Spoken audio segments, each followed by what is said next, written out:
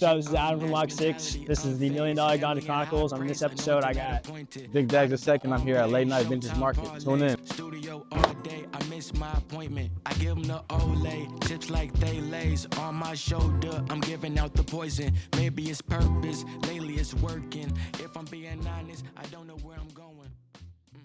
Wanted to start this off and really say thank you, bro. Being here at Late Night Vintage Market is the first time here. It's an amazing experience. Just walking around, seeing the store. Kind of want to start this interview with just asking you about your latest album, Void. Came out in December, so through the past couple of months releasing that, being able to kind of deliver it, we got the chance to see it live a couple months ago in February, and you killed that shit. Being able to like really, kind of like you said earlier, put that energy in the crowd and rub off. So throughout the past months, how has it been like since debuting the album? And Man, it's been good. It's been fulfilling, man. Just putting new music out into the universe that you've worked on and kept close to home, and just refined, and just figuring out what you want to do as far as like concept wise, and just making it all make sense and just kind of coexist with the world you're creating. It feels good to just put it out to the world, man. Just like see how it's received, seeing people sing the lyrics, and then being able to perform it live is just a whole nother feeling, because no one's heard it until you let them hear it live. It's different than a streaming service or whatever. 100% agreed. And I gotta recommend like at least going through the album for sure, but if you can make it out to the Vic Daggs show sometimes to see these songs get performed live, most definitely. Yes, please do. Yeah.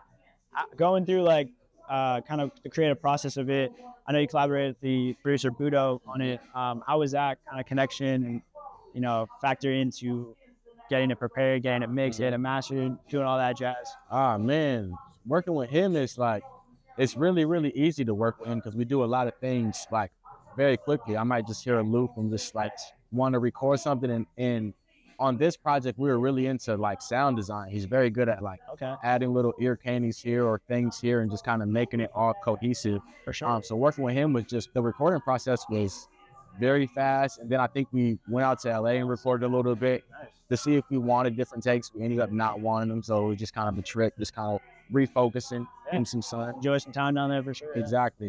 But not working with him is fairly easy, and he has an ear for it, and he's a real mentor for me as far as just music. Awesome, man. Yeah. I gotta give you props because like from seeing you live and really getting introduced to you, and then diving into more of your discography, your different types of aspects of music, your visual appeal with it, with the direction you're going, with your videography, the live performances, it's really cool. So I just want to give you props. And I appreciate it. Yeah, definitely check out some of those on Instagram, wherever you can find them. So, Thank you. I got to give props to Rolando, who shoots all of my stuff, and he's been killing it, doing a lot of stuff for a lot of different artists in the city. So, I don't look as good if I'm not working with him. So, gotcha. Money like Monopoly. Lately, my philosophy's more like Socrates. Baker. Who is this? Quick question for you. What is your dream venue to perform at? Because you perform at a lot of big ones. You got Climate Pledge, some other ones, I'm assuming. But what is your dream venue to perform at? I want to perform. I was just talking to my dad about this, like somewhere in Europe, like a Coliseum or something, like somewhere where you don't do shows at. Like it's just all stone. I want to know what the sound sounds like bouncing off this concrete or something. But that's such a big capacity of, like, just to have people come there to like an actual Coliseum where like you was doing crazy stuff back in the day, like Gladiator. That would literally like, that'll be fire. That would be dope. But that would be my dream. Okay, yeah. At Coliseum. That would be like one of the sickest things ever to have like that. Like you said, even like the vocal cadences to bounce off walls. Yeah, where they used to fight tigers. No, literally. That's wild. Messy like a soccer team, things you gotta see. Swimming in my thoughts and I'm going up a stream. Hands in guillotine, they are surrendering. Talk to the Most High, I know he's listening. Blow your house down just with the whispering. But I'd rather knock if you know I'm visiting. Definitely have to ask you a little bit about kind of your trip through the residency program, and, being a graduate of that. So kind of like being a part of that, your experience with that, and then eventually, connecting with an artist like Macklemore, who's really pioneered the music scene here in Seattle. Having like a mentor like that and someone who's like there throughout to support you throughout your journey and really look out for you. How's that experience been? It's been dope, man.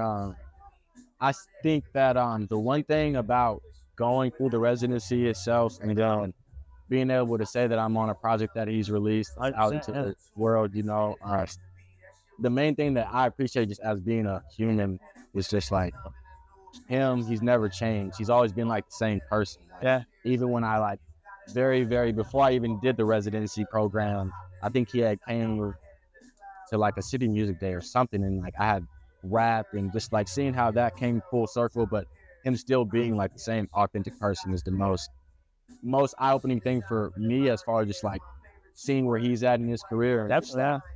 Staying grounded is a huge part of it. That's awesome, man. Yeah, he's done, like I said, tremendous things for the city of Seattle when it comes to music. Can you see yourself, like in a sense, years down the road, being that kind of same mentor for, maybe fellow artists and the next generations to come? Nah, definitely. I mean, that's always the goal. I think that you don't ever really know you're a mentor until someone says that and look at you in that light. But you're always a student. I think that you're always a student, and a student can always teach another student. I think that we're all students. So, I mean, I hope to be that in the near future, down the line. But, yeah, for sure. Yeah, man. It's the big bad wolf, car no roof, my dogs go rough, my dreams no roof, the big bad wolf. His right hand is. Yeah, man, my name is My Sean. left hand. My name is Sean, man, Seattle Single Stitch, late night vintage market. Me and Vic, man, we go way back since we opened this place, man. We out here getting into it. We selling clothes, vintage, designer, custom. Come check us out every day of the week, 3 to 12, except Tuesday. So come get right with your boys on Pike. We're at the late night vintage market. Come get right with your boys on Pike. See no ceilings, these hogs get killed. We don't eat pork, law up in the field. Flow was super sick. All right, so I gotta ask, do you believe in the saying, all NBA players want to be rappers and all rappers want to be NBA players? I can't speak for everybody, but I definitely did. Fair, okay. I definitely did at a certain point. I think that NBA players who have made it to be NBA players have more resources to be that rapper that they wanted to when they were kids, but not everyone shares. Don't be a Shaq out here. There you go. Okay, with that being At said. least be a Dame Dollar, be someone like that. Yeah, who was, good at it. Yeah, literally. All right, so with that being said, out of the next couple of guys I'm going to list off, you got to let us know if you can personally take them in a rap battle. Okay. All right. First, let's go Dame Dollar first. Yes. Yes, all right. Yeah. Zoe, a.k.a. Lonzo Ball. Oh, yeah. Don't play with me. Okay. We got Andre Drummond, big man. He raps? He's got a couple songs, yeah. He's got some YouTube videos too. Wait, you know he rap? He's the thing behind you. Allen Iverson. Okay, yeah, I think I rap Allen Iverson. My last one was KD, Slim Reaper. Yeah. All right. I'm going to say yeah to everyone. Yeah. Because their profession is basketball. Facts. That's exactly what we were talking about, because we were like, at the end of the day, they focus on that. You're focused on artistry. Right, you know what? He went to Ryan School. You got it. What we on? What we on? What we on? What we on? Upper echelon. What we on? What we on? What we on? What we on? Upper echelon. I don't really know, cause I can do what I want. She think I'm mean, but I'm godly. Angel in the flesh, passenger right beside me. If I yell, that thing on? Yeah, we're rolling. My brother's keeper, he gets deeper than the posse. Heart got broke, I won't let it show. All right, Vic, walk me through your perfect day in Seattle. Stress-free, you wake up. What's the agenda? For me, I would wake up, and a perfect day is a clear schedule, not doing anything, knowing that I don't have to do anything, knowing that nothing is like due, or as far as just itinerary, my schedule is clear. And a perfect day for me is just kind of making sure I have something good to eat, maybe a main meal or snacks. It depends on the type of day I want it to be. Okay. But a good movie. If I got one good movie in me, that's a perfect day. And then recording ideas on my voice memos on my phone, laying in bed. That's pretty much a perfect day for me, not doing too much at all. Okay. Real boring. It's real boring on this side. So food and movies are critical to the day. Yeah. What's the go-to cuisine for that?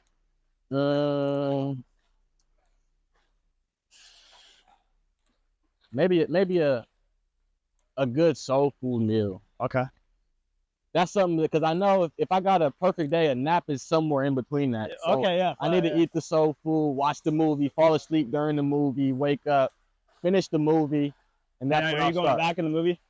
Yeah, I got to go back in the movie. I always start what I finish. Fire. You know?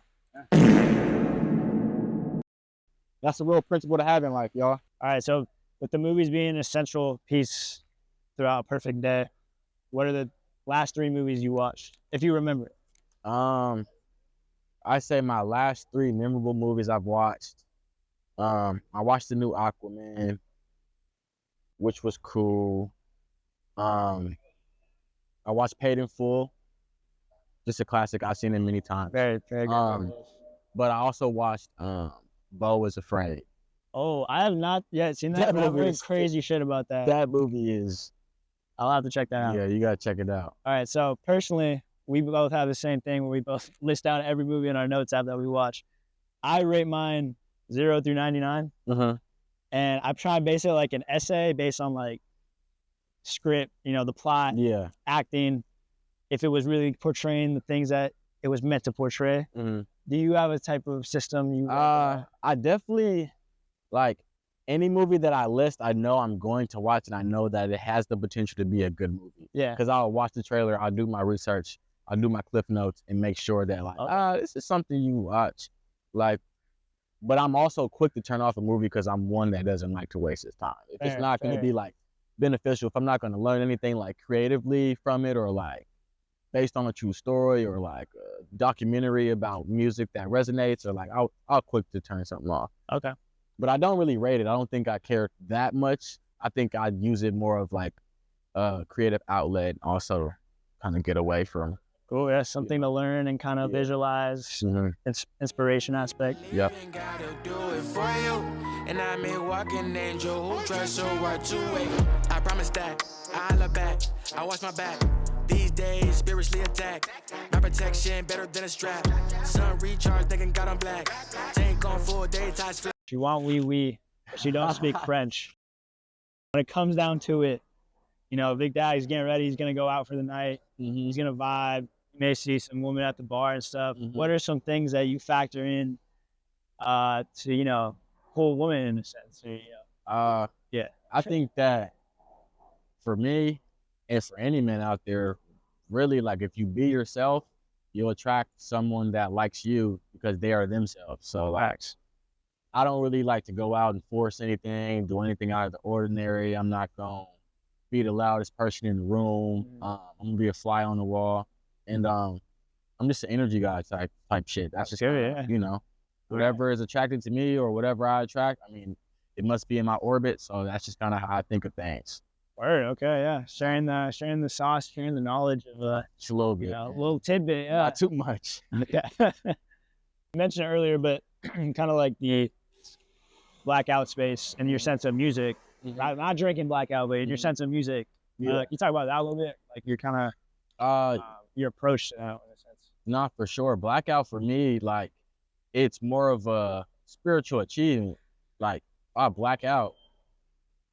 Initially, like, it's like, when someone gets in a fight and they say they blacked out. Yeah. And they might have destroyed someone or really beat someone up really bad. Now, take that saying and put it into whatever craft or field you're doing. Like, if I black out on a basketball court, that means I didn't know what I was doing. It was just, mechanics, and I ended up having a crazy game that was like an out-of-body experience. That's, not bring that into the studio. If I black out, it's literally just nothing but spiritual resonance. That's okay. It's like just creating creating from that space, creating from that void. All right, we'll wrap it up from here. Thank you, Vic. It's been an absolute pleasure, man. Absolutely, bro. Appreciate you having me. Of course, man. Mach 6 and Vic Daggs here. Nothing better. Yep. You can find me at any streaming platform. Vic Daggs II. Project Void just came out December 15th last year. Got something new in the works, so please stay in tune. Last quick tidbit, though. Message to the youth, message to kids out there. You got a little piece of advice? Oh, absolutely. Of course. I always do. It might sound cliche, but, like, only do the things that you're passionate about. Only do the things that, like, really make you feel fulfilled and, like, happy. And if you keep doing that one thing, you will literally make it. Like, you will literally make it. And it's the only way that you're going to make it is if you believe wholeheartedly. But chase your dreams, kids. Chase your motherfucking dreams. Thank you guys for watching. And once again, it's $1 Million Ganja Chronicles with Vic Daggs II. It's been an absolute pleasure. Love you all. Thank you.